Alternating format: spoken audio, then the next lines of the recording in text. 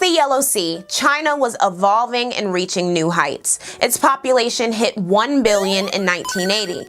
Just 1 year later, the one-child policy had been introduced as a temporary measure, with the official decree stating, in 30 years, when the problem of the population that is serious at present has been mitigated, the government could adopt a new policy. Single-child homes were given benefits like longer maternity leave, while homes that broke the policy were fined, and many women were subjected to forced abortions and sterilization. Millions of girls who were seen as less desirable than boys were abandoned by families who couldn't afford to pay fines. The controversial policy would be somewhat relaxed and tweaked by the mid-80s, like allowing people in rural areas to have a second child if the firstborn was a girl. But its larger implications remained a fixture of Chinese life for the next 30 years. The Chinese government later estimated 400 million births had been averted. And other things were changing. Back in 1978, the third plenary session of the 11th Central Committee of the Communist Party of China agreed to abandon Maoist ideological structures of the past and embrace practical changes under reform and opening,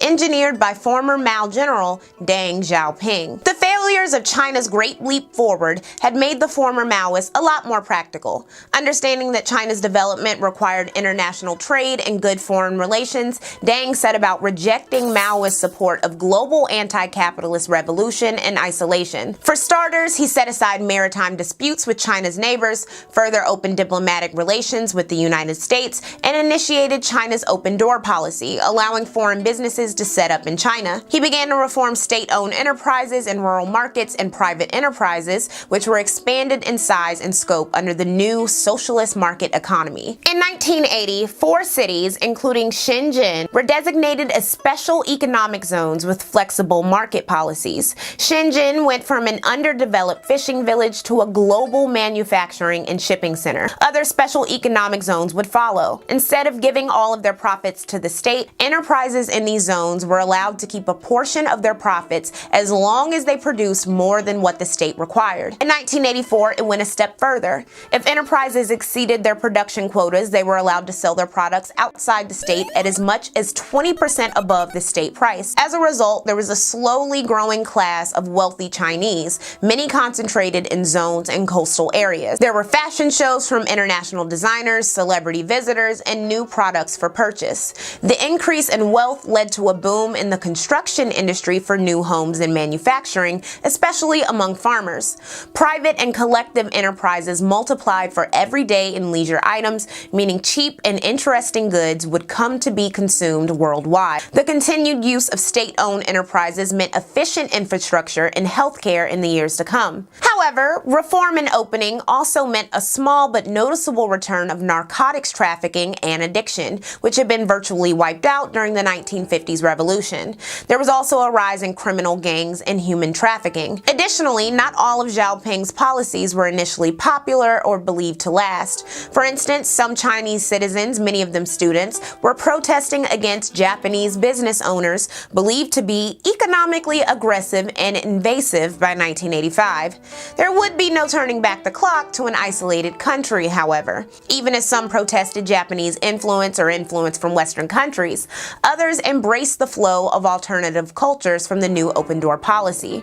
Remarked one writer in 1985, more than 50 million people are learning English, and many more are wearing Western clothes. Among the young, the rage is disco dancing, Japanese motorcycles, fast food. The article added nearly 40,000 college students went abroad that year, with more than 15,000 going to America. Some observers speculated that China would move towards liberalism as a result of its economic expansion. Westerners theorized that if China continued to be authoritarian, innovation and economic growth would be stifled.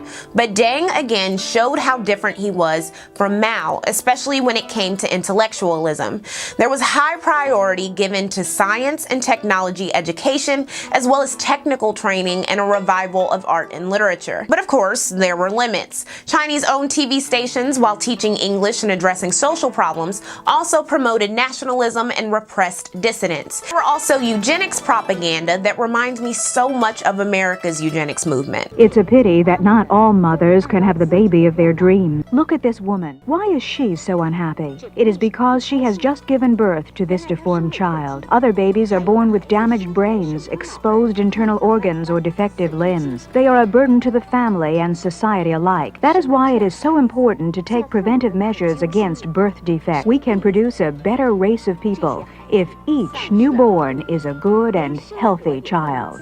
Deng rejected party pluralism, believing it would lead to violence and disorder. This, along with the rejection of the open door policy, growing civilian desire for democracy, and alleged corruption, would come to a head in the second half of the decade. One last major event of note for early 80s China was the handover of Hong Kong. Hong Kong, around since the 3rd century BC, had come fully under British control along with other Chinese territories in 1898, with that control set to expire in 99 years.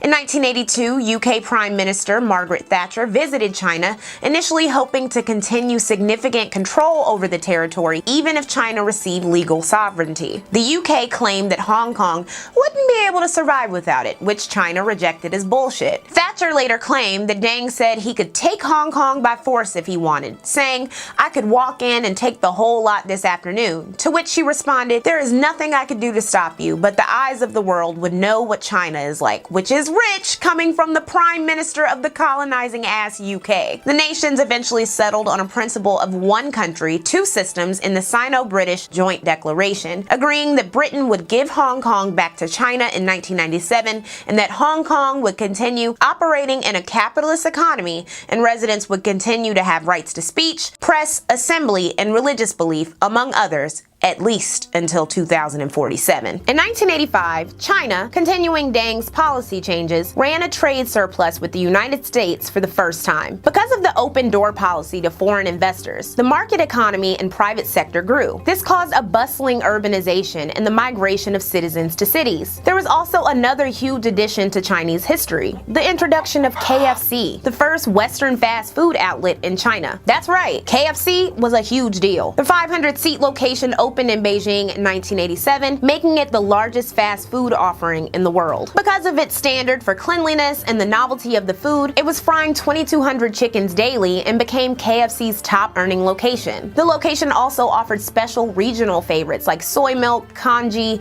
and an early version of the spicy chicken burger. It would have 5 locations by 1990, the same year that McDonald's opened its first location in the country. That 3 years gave KFC an important market edge, and it remains the most popular Western fast food joint in China. KFC was also China's introduction to the practice of franchising, which would only become more widespread as other Western ventures poured into the country. KFC's existence and popularity was a culmination of Deng's understanding that China's development required international trade and development. The crumbling Soviet Union we discussed earlier made clear to Deng and other Soviet allies that economic growth and stability through liberalized foreign relations was the only option. This hunger for Western investment was clear. For months after the first KFC location opened, lines would stretch outside so far that sometimes hungry customers were backed up to Tiananmen Square. While China's official message to the populace was one cautioning citizens to guard against bourgeois liberalization, the messaging clashed with the new economic policies,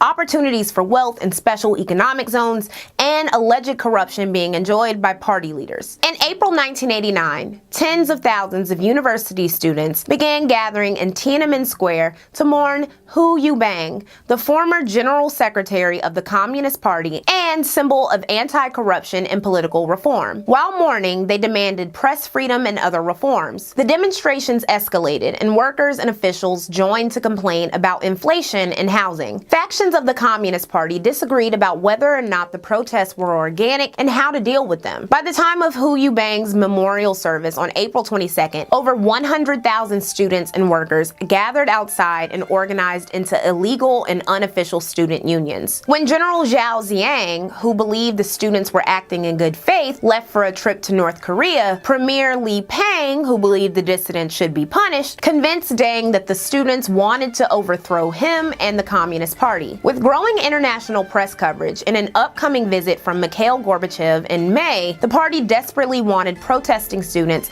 to clear Tiananmen Square. In May, 160 students began a hunger strike in the square and drew more supporters. Within days, 1.2 million Chinese people converged on the square for a sit-in, as Deng authorized martial law. On May 20th, 1989, for the first time in 40 years, the People's Liberation Army attempted to occupy Beijing through Tiananmen Square, but were blocked by citizens on all sides. The soldiers, many of them rural Chinese, were not allowed to shoot, so they spent 3 days trying to leave the area after unsuccessfully trying to get to the square. Extremely embarrassed and angered, on June 3rd, the party sent more military, and this time they were allowed to shoot civilians, blocking the streets leading to the square. Students voted to leave rather than stay and be shot, but more people who tried to come back later were shot. On June 5th, a man stood in front of a tank in now historic images that circulated the world. There's little consensus on the human toll of Tiananmen Square. The total amount of dead protesters is an unclear and contentious can of worms, as it was inflated by the student protesters and Western enemies and deflated by the Chinese government. A 2011 WikiLeaks report released to the Daily Telegraph claimed correspondents from the United States Embassy during the Tiananmen Square protests reported that witnesses saw no bloodshed within the square. Recent scholarship suggests the protests that happened outside of the square resulted in more deaths. While the death toll is unclear, the protests led to Western imperialist propaganda that would play out in the decades to come. Significantly, the Communist Party had wrangled control of Beijing dissidents at a crucial time in socialist history. While many other nations we discussed were peacefully transitioning into liberal democracies through varying versions of perestroika and glasnost, China used force to stomp out any brewing revolutionary sentiment and continued its stranglehold on the press.